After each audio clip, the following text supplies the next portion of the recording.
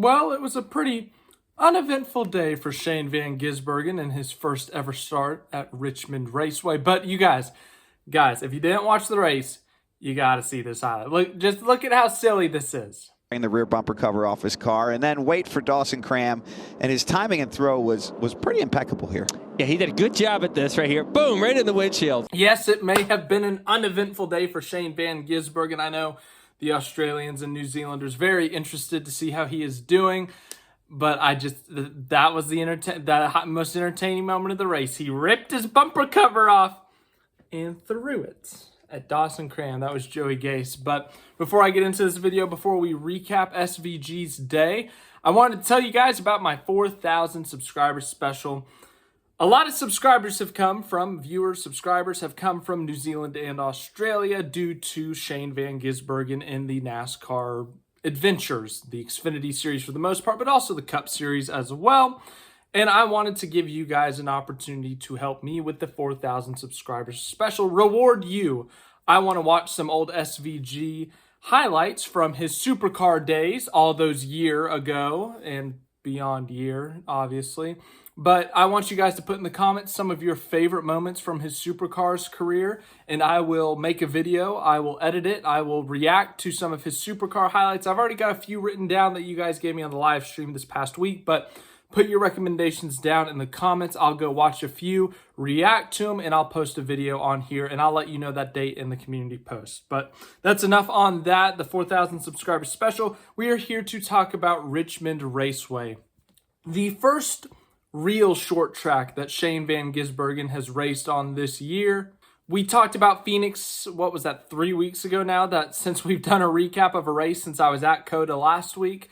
But Richmond is really the first short track of the season for the Xfinity series. Phoenix kind of races like a short track, but it's a little bit longer. So it's Phoenix is basically its own thing when you think about it. Richmond is a short track though. 3/4 of a mile long, which by the way, last week someone asked me to do the kilometer conversion because they didn't know miles.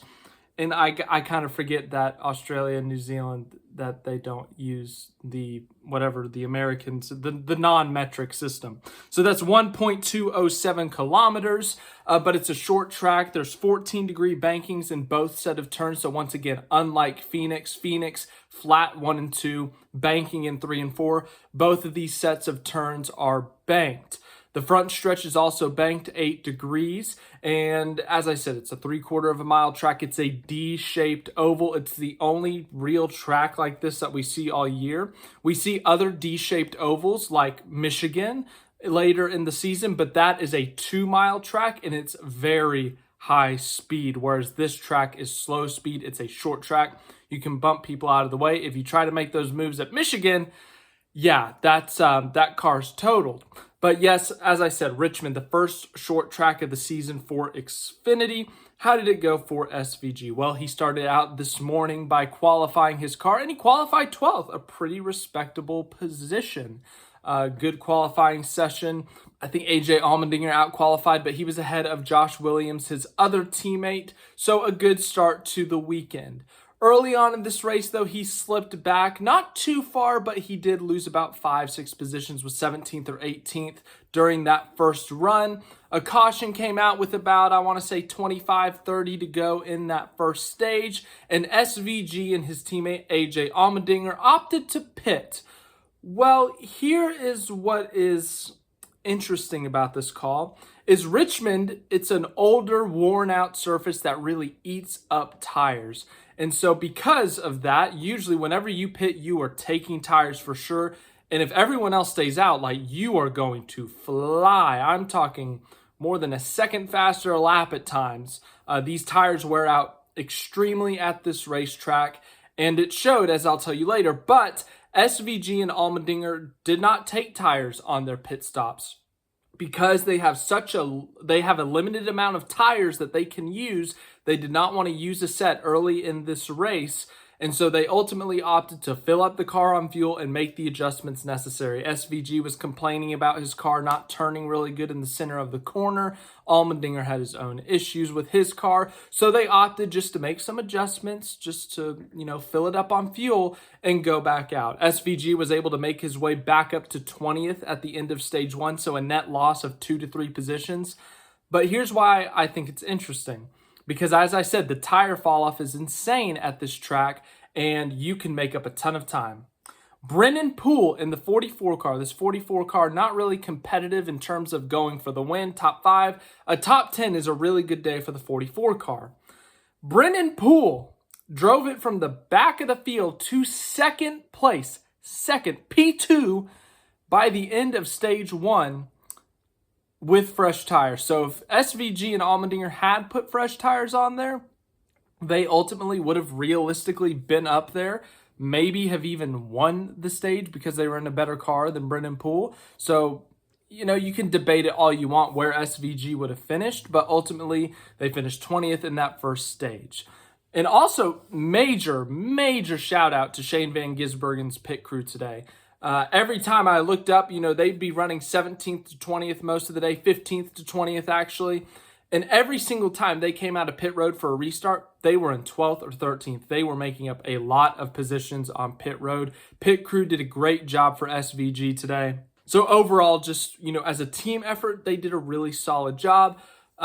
Just didn't quite have the speed. We've talked about this in the past few weeks with SVG.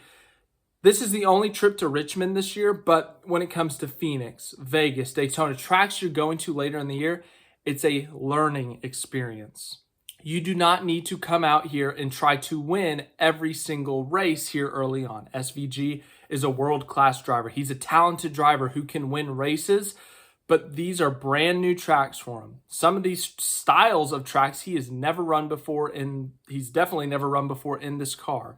So every week is a learning experience for SVG, and sometimes a 15th place finish, that's going to be the most he can get out of the day. But back to the recap of his race.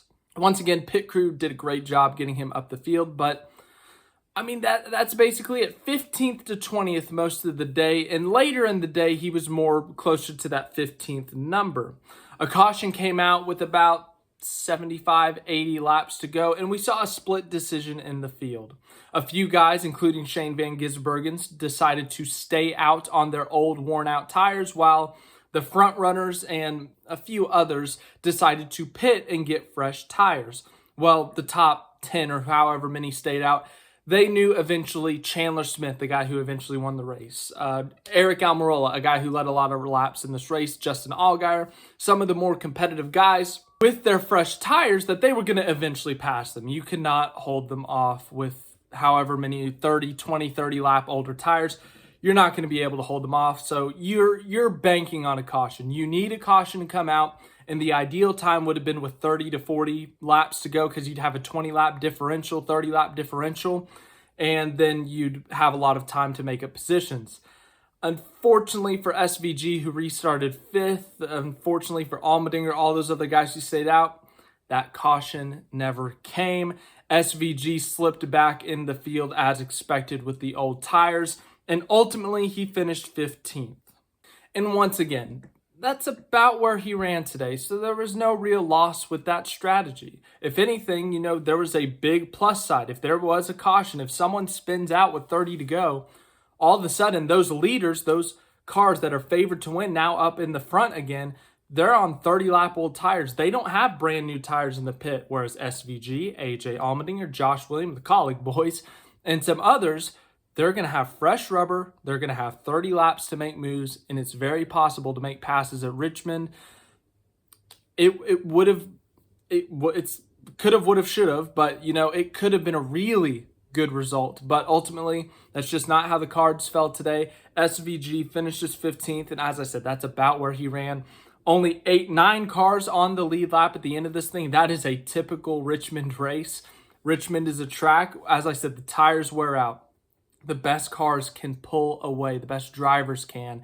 And we often see races where under 10 cars are on the lead lap at the end of this thing. Long green flag runs at Richmond happen. It's not a crash fest. It's not a chaotic, stupid race, late race restart chaos like we saw last week at COTA.